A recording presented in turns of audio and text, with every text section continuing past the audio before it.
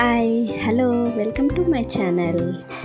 మీకు థంబ్నెయిల్ చూస్తేనే అర్థమైపోయి ఉంటుంది ఈరోజు ఫిష్ కర్రీ విలేజ్ స్టైల్ ఎలా చేయాలో మీకు నేను చేసి చూపిస్తాను. కావాల్సిన పదార్థాలు 2 టమాటోలు, ఒక మీడియం సైజ్ ఉల్లిపాయ, కొంచెం కరివేపాకు కట్ చేసి మిక్సీ జార్లో వేసుకొని గ్రైండ్ చేసుకోవాలి. గ్రైండ్ చేసిన తర్వాత ఆ మిశ్రమాన్ని పక్కన పెట్టుకోవాలి. చేపలకి ఉప్పు, కారం, పసుపు పట్టించి పక్కన ఉంచుకోవాలి. ఇప్పుడు పెద్ద నిమ్మకాయ సైజు చింతపండు నానబెట్టుకోవాలి.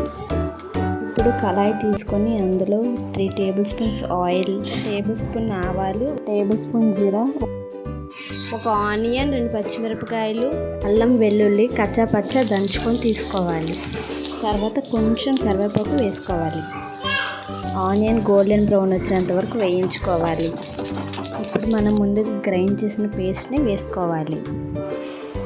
ఆ పేస్ట్ ఆయిల్ తేలేంత వరకు వేయించుకున్న తర్వాత ఉప్పు, కారం, గరం మసాలా చూసుకొని వేసుకోవాలి. ఎందుకంటే ముందు చేపల్లో వేసాం కదండి, అందుకు చూసుకొని కలుపుకోవాలి. మనం ముందుగా నానబెట్టాం కదండి చింతపండు, దాని గుజ్జు తీసి వేసుకోవాలి. తర్వాత బాగా కలుపుకోవాలండి.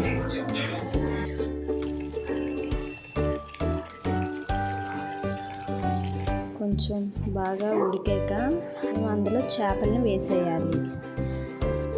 ఎక్కువగా కలపకూడదండి, గంటితో అటు ఇటు ఉంటే చాలు.